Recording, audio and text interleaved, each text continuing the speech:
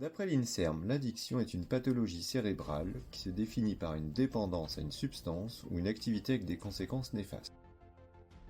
Elle repose sur l'impossibilité répétée de contrôler un comportement et la poursuite de ce comportement en dépit de la connaissance de ses effets négatifs.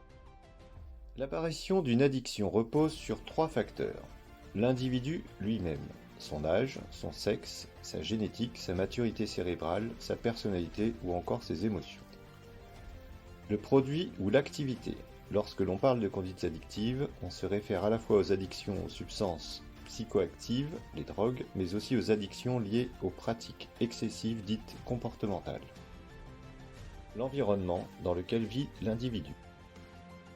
L'installation d'une addiction se fait en plusieurs étapes. Elle va de la recherche du plaisir à la sortie d'un état émotionnel négatif pour finir par la perte de contrôle appelée craving, liée à l'altération des circuits de la récompense et des émotions. Les conduites addictives génèrent de multiples conséquences à plus ou moins long terme pour l'individu, qu'elles soient médicales, psychologiques et ou sociales. L'environnement d'une personne, qu'il soit familial, relationnel ou professionnel, peut être fortement impacté du fait de la dépendance. Aujourd'hui, le diagnostic de l'addiction repose sur 11 critères répertoriés dans le DSM. Une personne est considérée comme souffrant d'addiction quand elle présente au cours des 12 derniers mois au moins 2 des 11 critères de ce DSM. La sévérité de l'addiction sera définie en fonction du nombre de critères présentés par la personne. Pour rappel, seules les dépendances aux substances psychoactives et aux jeux d'argent et de hasard ou aux jeux vidéo sont reconnues comme des conduites addictives. À l'heure actuelle, les pratiques intensives des smartphones, activités physiques ou autres ne sont pas qualifiées d'addiction par les experts de l'Organisation mondiale de la santé en l'absence de preuves indiscutables sur le plan scientifique ou médical.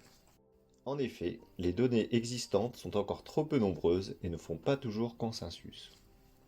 Concernant la prise en charge des addictions, une approche globale et interdisciplinaire est nécessaire, associant la prise en charge médicale, une aide psychologique et ou un accompagnement socio-éducatif.